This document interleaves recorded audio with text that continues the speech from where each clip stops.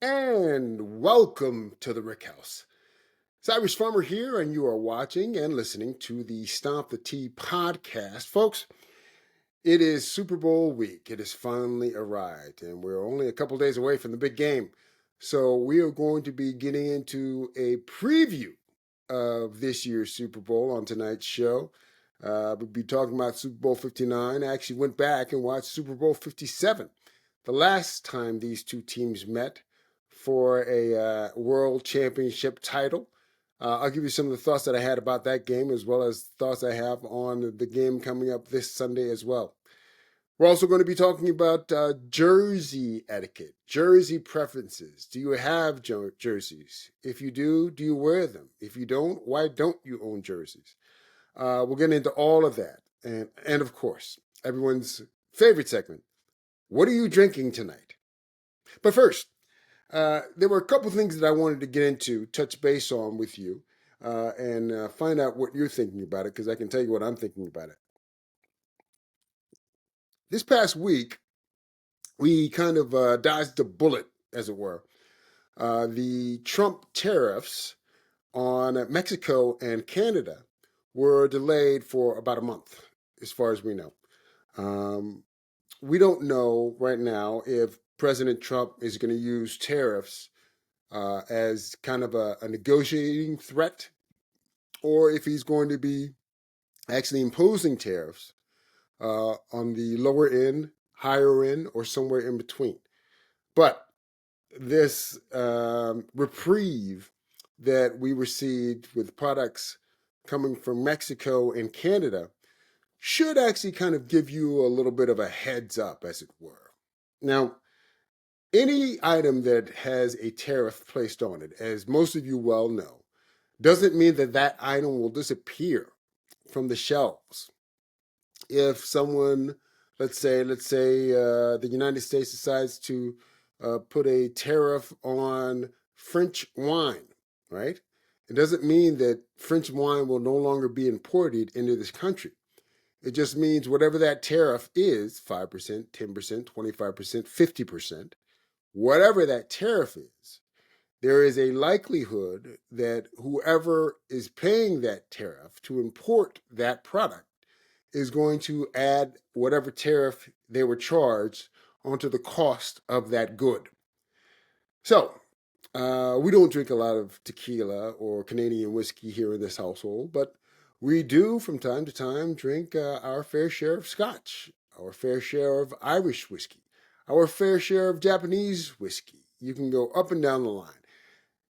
It's just a matter of time, folks, before President Trump either decides to threaten the European Union or Japan or Argentina, pick your country. Or it's just a matter of time before he actually imposes tariffs on some of these other countries. So, why is this a good thing? Well, it's a good thing because now, with this kind of false start that we had with Mexico and Canada, now's the time for you, as good consumers, to start buying alcohol, whiskeys that you like from other countries that may be subject to tariffs. Now, of course, we're big bourbon fans around here, and bourbon, the original American spirit, essentially, isn't going to be affected by any of these tariffs because it is domestic. But I will be stocking up on some scotch. I will be stocking up on some Irish whiskey. I will be stocking up on some Japanese whiskey, just so that I can actually get a $60 bottle for $60 instead of $85, or a $100 bottle for $100 instead of $130. You get my point. So all I'm saying is, with this most recent example of a tariff possibly being put in place, plan ahead, because here at Stomp the Tee, we like nothing more than value. We're big fans of value. So if you can buy a couple bottles a week, buy a couple bottles a week. If you can buy 5 bottles a week, buy 5 bottles a week. Just buy stuff that you think that may be subject to a tariff because it is not domestically made, and you won't have to worry about any tariffs anytime soon, at least as far as whiskey goes. So that's my little public service announcement there.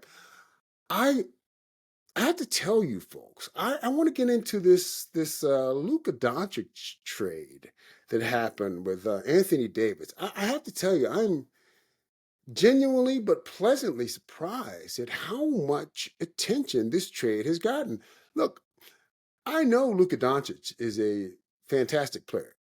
He's a lot of fun to watch. He's, in my opinion, and this is just my opinion, I mean, he's easily a top 10 player. I'm not sure I put him in the top 5, but he's easily one of the top 10 players in the NBA.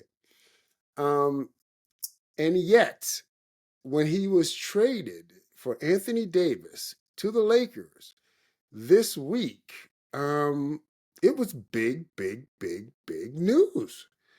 And I guess it should be big news because he did just take his team to the finals along with Kyrie Irving last year. He's a wonderful scorer. He doesn't play any defense, but his offensive gifts are almost unrivaled. But in addition to all of that, he's only 25. So the question I have is, why would you trade a guy like Luka Doncic, who is 25 years old? I mean, look, there are some great players in the history of sports that have been traded at several different ages, right? So I don't think Luka is unique in that regard. I mean, if Shaq can get traded, Luka Doncic can get traded. If Wilt Chamberlain can get traded, Luka Doncic can get traded. If A-Rod, Alex Rodriguez can get traded, Luka Doncic can get traded. But it was surprising to me how much genuine interest the trade actually generated. And I think good for him, good for them, good for the NBA. I think Anthony Davis is going to do well in Dallas. I think Dallas actually might make it back to the NBA Finals again. Not sure what's going to happen with Luka and the Lakers. Um, who knows how long he's going to actually play with LeBron and how well that actually is going to work, since they both seem to like to use. They're both kind of ball dominant players. So we'll see. There's a theory right now that LeBron is really looking forward to playing off the ball and letting basically putting anyone they play into a pick and roll with Luka and have the defense try to pick their poison. Do they want Luka to score? Do they want LeBron to score? We'll see how that works. But I think if you're a Laker fan, you probably have to be very excited about this move. Um, I think if you're a Dallas Maverick fan, um, I would keep your powder dry for now. This may not be the worst thing in the world for you. Um, Again, Luka doesn't play any defense, but what he brings to you offensively is very hard to match. But if you're Dallas, you may not miss his offensive gifts as much as you will actually appreciate Anthony Davis's defensive gifts. And he can give you a little bit of offense to boot. I think Dallas is going to be a fun team to watch. You let me know how you feel about that. But I do. I think they're going to be a lot of fun to watch with Anthony Davis, Kyrie Irving, and the rest of that young squad they have. So I will be getting into the NBA starting next week after the end of the Super Bowl. So it should be a lot of fun. Anyway, speaking of the Super Bowl, um, what do you guys like to eat during the Super Bowl? What's on your Super Bowl menu? For me, I got to tell you, there's all sorts of classics, of course. Pizza, wings, nachos, of course, very popular. People have potato skins. People make brisket. People do all sorts of things. I'm not quite sure what we're going to do around here, but I do know one or two things that we're going to do. I'm trying to keep it simple, right? I really want to stay locked in on the game. I don't want to do a whole bunch of prep, and I don't want to do a whole bunch of anything as far as putting together these, cheese plates, these meat plates, these charcuteries, any of that stuff, right? This year, I want to take it off because I want to watch my Eagles get in there and try to win this game. So that being said, what am I going to do for our menu? Well, I have a couple things that I know for a fact that I'm going to do. One is I'm going to be doing a 7-layer dip. Now, I think a lot of you know what 7-layer dip is, but for those of you who don't, I'm happy to explain. A 7-layer dip is kind of like, essentially it's Mexican food, right? Where you take a dip, you take like a casserole tray, like a Pyrex, something you would bake a chicken in. And you lay out a layer of, and you can do this in any order that makes sense to you, but I'll tell you how I'm going to do it. You put down a layer of refried beans. Some people use black beans. On top of that, you put a layer of guacamole. On top of that, you put a layer of sour cream. On top of that, you put some tomatoes, onions, jalapenos, or long hots here in Philadelphia, black olives, shredded cheese, and that's essentially your 7 layers. So that when you have a chip, you dip it to the bottom of that layer, you come out with all of those things that you would want on a chip.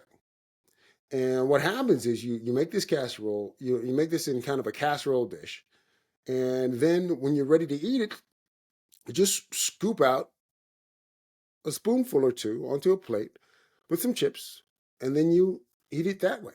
I'm looking forward to it. I haven't had, say, a 7-layer dip in a long time. Haven't made one in a long time.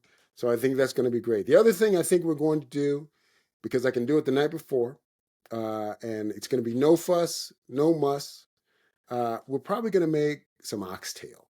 I'll literally buy them on Saturday. I'll sear them in a pan Saturday night, toss them in the slow cooker, and let them cook all day. They'll be ready for game time. It's going to be awesome. We like oxtail around here. From time to time, we have oxtail probably like, 4, maybe 5 times a year. So that's what? Just over every 2 months or so. So it's time. So I'm looking forward to that. So that will be on my menu. What is going to be on your menu? You guys let me know. Let me know what you think. Okay, on to the show. Super Bowl 59 preview. Folks, I got to tell you, I do not understand at all why some people are down on this game. I mean, this is going to be, in my opinion, it is going to be a very, not only competitive game, but it's going to be an exciting game. It's going to be a fun game to watch. I think this game is going to have its share of big plays on offense and defense. Look, I get it. If you are not a fan of the Kansas City Chiefs, if you're tired of seeing the Kansas City Chiefs win, if you're quote unquote chiefed out, fine. That is your right. If you can't stand the Philadelphia Eagle fan base, I get that too. That is your right. That's fine. But why would you be down on the game even if you're down on the teams playing the game? I mean, in my opinion, this is not the Patriots playing the 85 Bears in that Super Bowl. It's not the New York Giants playing the Baltimore Ravens in 2000. I mean, it's not Neil O'Donnell versus Emmitt Smith's Cowboys. I mean, these were games that you went into, you being me, as a viewer, and thought, man, this is going to be a lousy game. It's very, very hard for me to get up for this game. I think this Super Bowl rematch is going to be the exact opposite. I think the game is going to be tremendous. So if you're down on the game, it's fine. I get it. But I can tell you one person who is not down on the game, regardless of the fact that I am an Eagle fan and believe they will win the game. If you take that out of the equation, I'm excited for the game. I think it's going to be a good game. I think it's going to be a fun game. I think it's going to be a great watch. So there's that. Now, folks, I went back and looked at Super Bowl 57, which occurred a couple years ago between these two very same teams, Kansas City and Philadelphia. And it's funny when you rewatch a game that happened a couple years ago. It's funny how much you remember about the game, but it's also funny how much you don't remember, how much you forgot about the game. And that's why a rewatch is always valuable in some ways. you get a better sense. They say the NFL is a year to year league, right? You hear so many coaches and players talk about the fact that, well, at the end of the season, whether you win the Super Bowl or whether you're eliminated with a 8-game losing streak, the last time you're in that locker room, you look around and you talk to each other because you know that team, that particular team, that season's team will never be together again. And that is definitely true, and we understand that philosophically. But when you go back and look at a game that just happened 2 years ago and see how many differences there are on some of these rosters, it really kind of drives that point home. I mean, I'd completely forgotten, even though he'd only been there for 3 months or whatever, I'd forgotten that Ndamukong Suh was an Eagle. I mean, you forget about the fact that Javon Hargrave was playing defense for the Eagles during that Super Bowl. You forget about the fact that L'Jarius Sneed was a Kansas City Chief top corner, one of the best corners in the league. He would end up leaving for Tennessee, I think, this past year.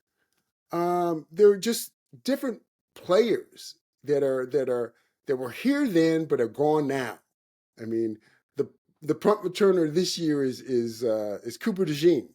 The punt returner 2 years ago was Britton Covey for the Eagles. I mean, it's just amazing how much teams can change in small ways and in large ways. Rosters turn over. They just do. And it's interesting to see how different some of the key players are in these two lineups. So I thought that was interesting. Um, you know, it was funny because in the first half, the Eagles, you forgot about the fact, you being me, I forgot about the fact that in 2022, the Eagles scored 10 first drive touchdowns. They led the league, I think, in first drive touchdowns in 2022. They used to get out to a fast start and then basically run the clock down with their running game, whether it's Miles Sanders, Kenny Gainwell, Jalen Hurts. They would just run the clock out after they got these big leads. They would jump on teams early, and they've been the exact opposite this year. You almost forget that that's how the Eagles used to play is recently as 2 years ago. But I think that was largely a function of Shane Steichen's offense and Jalen being in that offense. This was his second year in that offense under Shane Steichen. So I think he had more command of it. He had more control over it. He had understood it a little better. And the Eagles were able to get out to these fast starts, use their running game and their offensive line to just basically milk the clock like crazy after they got up on you.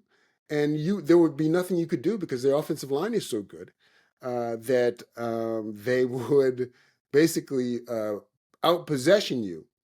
And because the Eagles had a lead, they could unleash that defense, that front four, with Fletcher Cox and Javon Hargrave and Hassan Reddick. They could just pin their ears back and go after your quarterback from the third quarter on.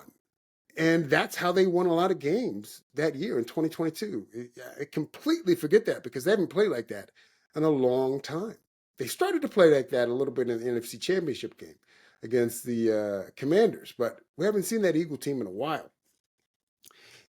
I still don't understand why Miles Sanders didn't get the ball more. It was all Kenny Gainwell all the time. I think Miles Sanders had like 8, 9 touches in the entire game, which makes no sense to me.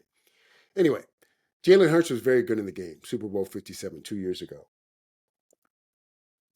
As you've heard me say many times, he probably should have been the MVP of that game, even in a losing effort. He was so good, so spot on. Um, and the funny thing about rewatching that game is, if you listen to the broadcast, this game was also broadcast by Fox, and it was Kevin Burkhardt and Greg Olson calling the game. And every single time, and the Eagles did it probably about 5, 6, maybe 7 times during the course of the game. Every time they did the tush push, Olson and Burkhardt referred to the tush push as the sneak. Oh, here's another quarterback sneak. Here's another sneak. It's funny. You forget the tush push or the brotherly shove had not been coined yet.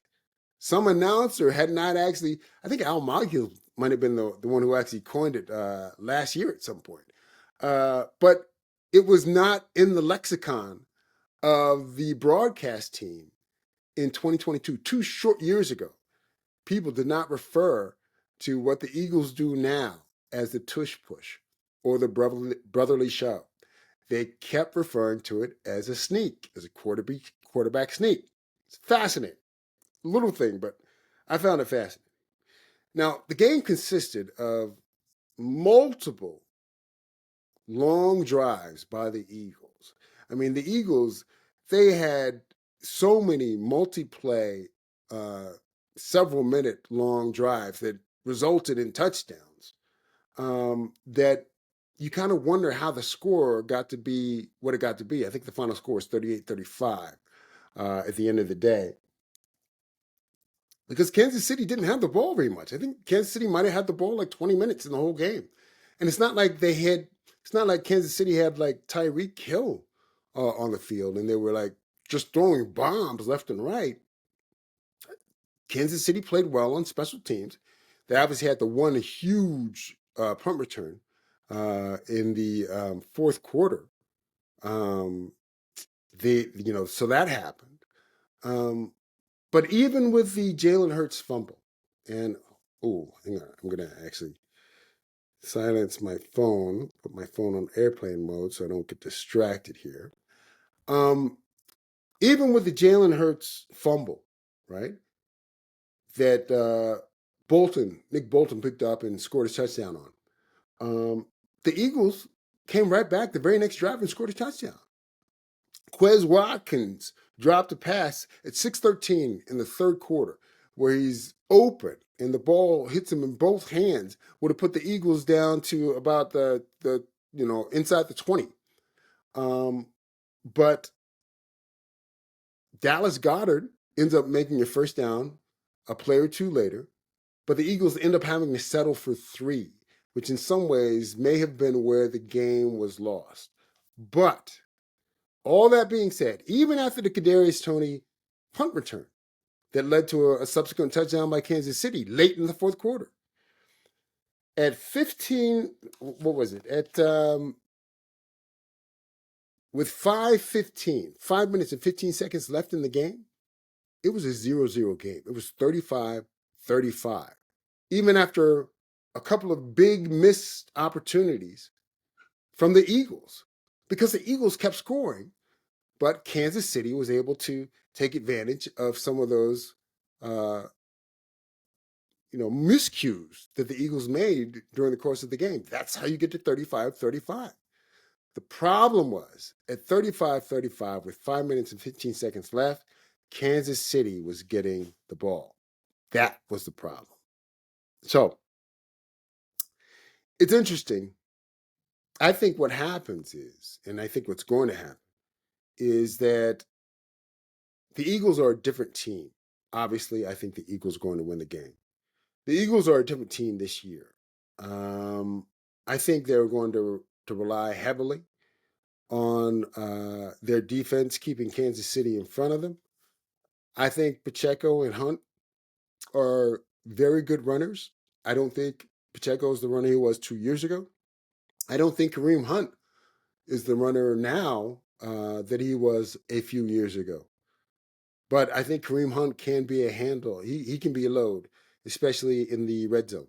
So the Eagles are going to have to gang tackle. The Eagles are going to have to make sure they keep, their the Kansas City backs wrapped up and bring them to the ground instead of just trying to hit them. I think if you're a Kansas City fan and you believe, even if you're not a Kansas City fan, if you believe Kansas City is going to win the game, you think that probably because Mahomes has been in this spot so many times, and more often than not, he has come through and made the plays that needed to be made in order to win the game. And that is as valid a reason as any other for believing that Kansas City is going to win the game. Kelsey doesn't have to be dominant in the game to make a timely play. We know Mahomes is going to pass, run, shuffle pass, shuttle pass, do all sorts of things, expected and unexpected, in order to make plays. I think the difference will be that the Eagles' offense is going to put Kansas City in a real bind. Look, we all know about Saquon Barkley. I think he's had a tremendous year. Now, what you may or may not be aware of, apparently Kansas City has not allowed a 100-yard rusher all season. I think maybe Derrick Henry had 100 yards in the first game of the year, but they didn't have any. But Kansas City hasn't allowed a 100-yard rusher since. That being said, I think they're going to have a hard time stopping the Eagle running game because you have to pick your poison. And I can tell you this right now. As much of a home run hitter as Saquon Barkley is, and he is a home run hitter. I mean, if the Eagles win the Super Bowl, you might want to start calling Saquon Barkley Reggie Jackson because he will have hit so many home runs in this postseason. You're going to have to start calling him Reggie Jackson. He's been that good. But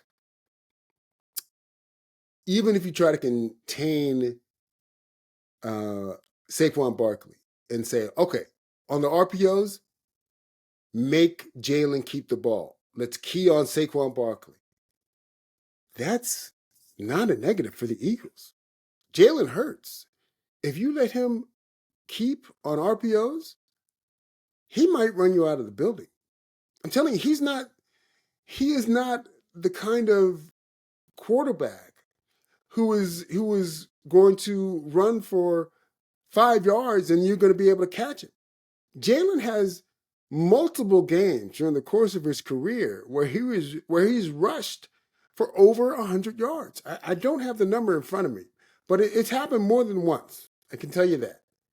Jalen Hurts is a weapon, and if you decide to pick poison, and the poison you decide to pick is letting Jalen Hurts run on RPOs instead of Saquon Barkley, then you are opening yourself up to a world of negative possibilities because not only will Jalen run it down your throat, he will pull it when you have to come up and stop him from running it and toss to one of our incredible receiving cores. A.J. Brown, Devontae Smith, Dallas Goedert. Look, I think if you're Kansas City, and I know Steve Spagnuolo is a fantastic defensive coordinator, but I think if you're Kansas City, you are going to be in a genuine bind when it comes to dealing with this Eagles offense. As undynamic a thrower as you may think Jalen Hurts is. If you watched the Super Bowl 2 years ago, and if you watched the NFC Championship game against the Commanders that happened 2 weeks ago, we all know, Jalen Hurts fans, we know that he's capable of throwing as well as anybody. He just doesn't do it consistently, and he doesn't do it every game. But in the big game, Jalen Hurts, he's always in attendance. Jalen Hurts is never absent in a big game. Now, he might not always win, but it won't be him not showing up. Jalen Hurts is going to show up, and he's gonna actually make some plays. I expect that. He's done it in the past. I expect him to do it on Sunday. So that's one of the main reasons I feel so comfortable about the Eagles' opportunities and their chances of winning this game. I think that Eagle defense is going to touch Mahomes. I think they're going to touch him often. I can't say that he's going to get sacked 15 times, but I think he will be rushed, hurried, and harassed throughout the game when he drops back. Um, this Eagles team is, I think this Eagles team is probably, we don't know how good this team is. But I think after Sunday, we'll have a much better idea. I happen to think they are a very good team. And I think that that's a team, should they win on Sunday, that is going to be a problem for the rest of the National Football League for the next several years. So that remains to be seen, but I'm really, really looking forward to the game. Okay, folks, before we go any further, as always, I'd like to remind you to like, uh, subscribe, do all the things that you would do to support any form of entertainment that you like. Tell your friends, tell your enemy, spread the word. Let everyone know that Stomp the Tee is here for you, because we are. And we're here providing you interesting content that will go a long way towards making the passing of your week more enjoyable. All right, so there's that. Now, we'll talk a little bit about jerseys, right? Sports jerseys. I don't know. For a long time, uh, I believe that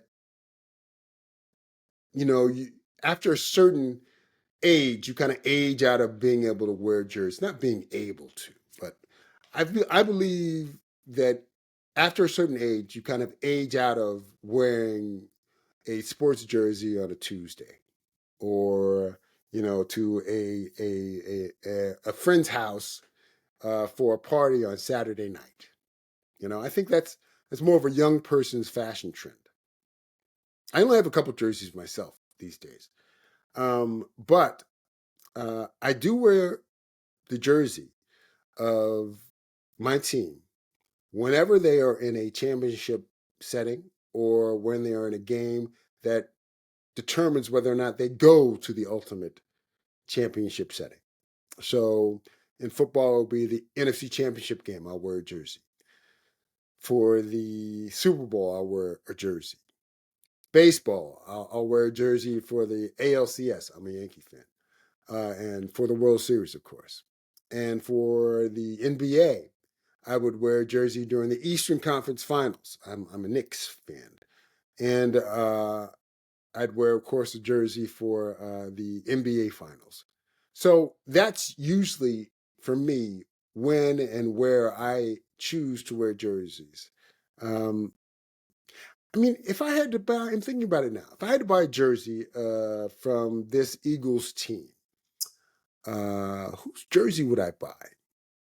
It's interesting. The jersey that I have now, it's a Deshaun Jackson jersey, number 10, former wideout great for the Eagles. The other jersey that I own is a baseball jersey. It's a New York Yankee Derek Jeter jersey. It's the road gray with New York across the chest, 2 on the back. Obviously, no names on the back. You just know Yankee players by their numbers. But if I were to buy a jersey from this 2024 Eagles team, whose jersey would I buy?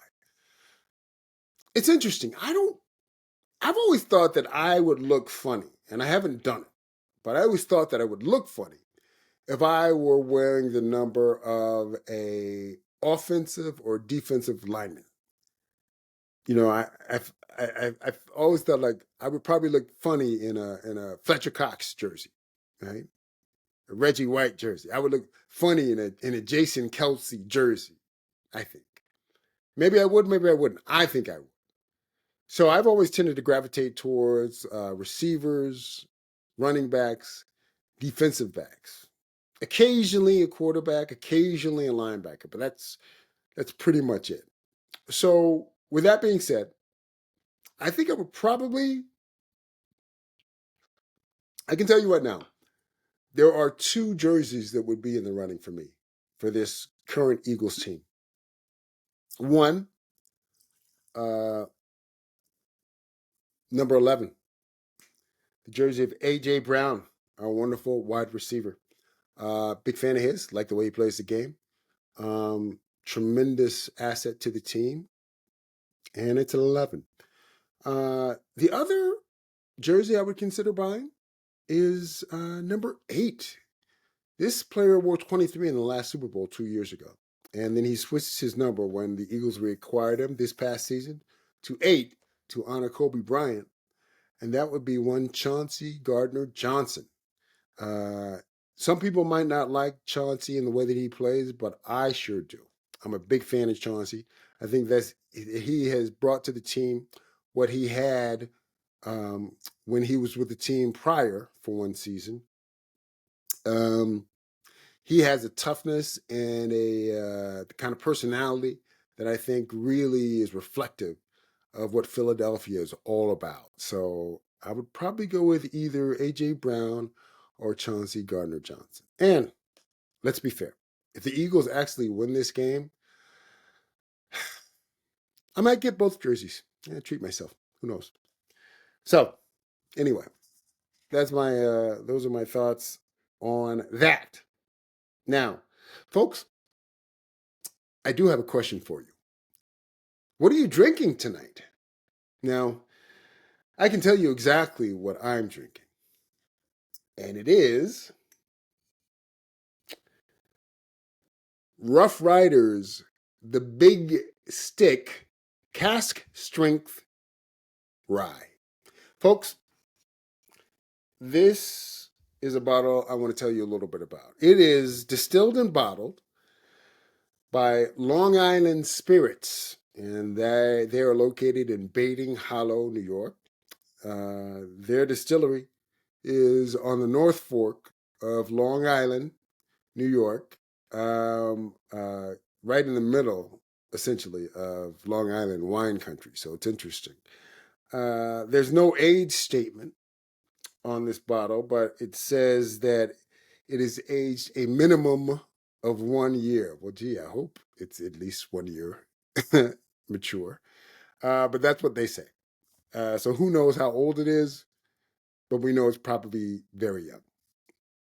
It was founded in 2007 by a man named Richard Stabile. I hope I'm pronouncing that right. Long Island Spirits. And they do factory tours. Maybe next time I'm in New York, I'll swing out there and see what their facility looks like. I got this bottle, by the way. This bottle, I got it for $41.50. We talk about value. I'll tell you if it was worth the price. Now, the bottle I own is from batch 4. Now, obviously, there's more than one batch, but the bottle I have is from batch 4.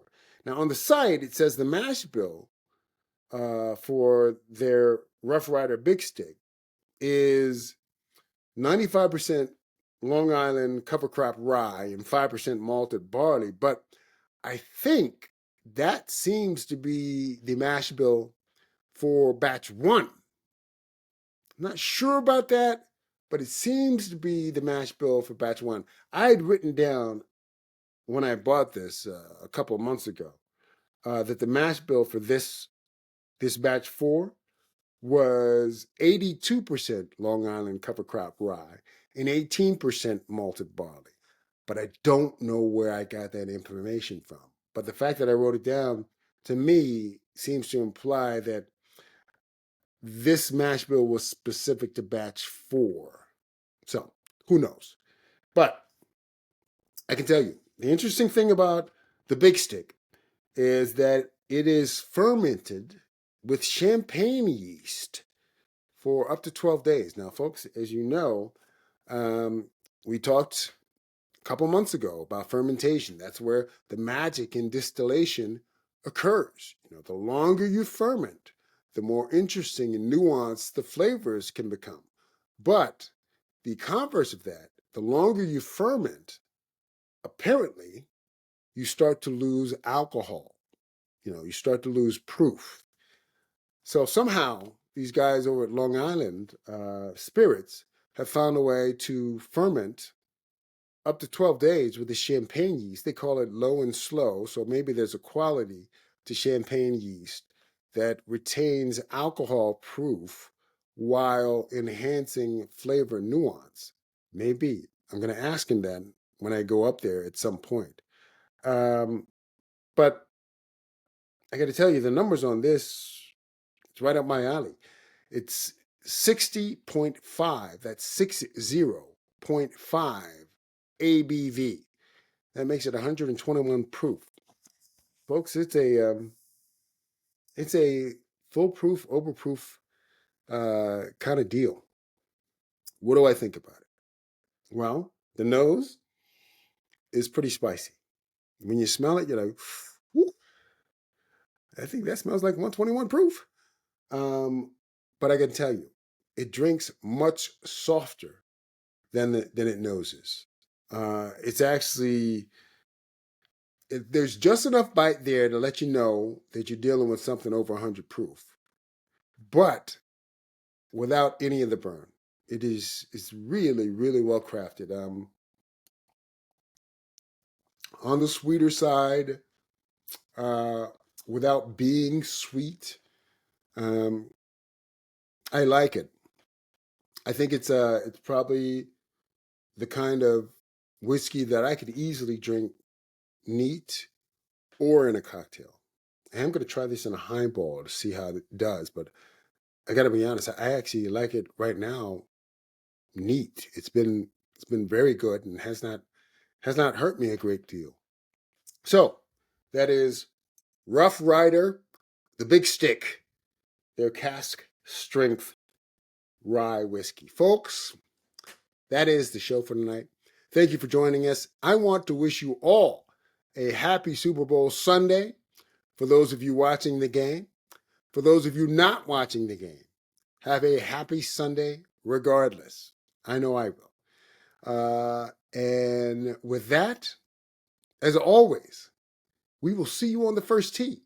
Cyrus Farmer, this is the Stomp the Tee podcast.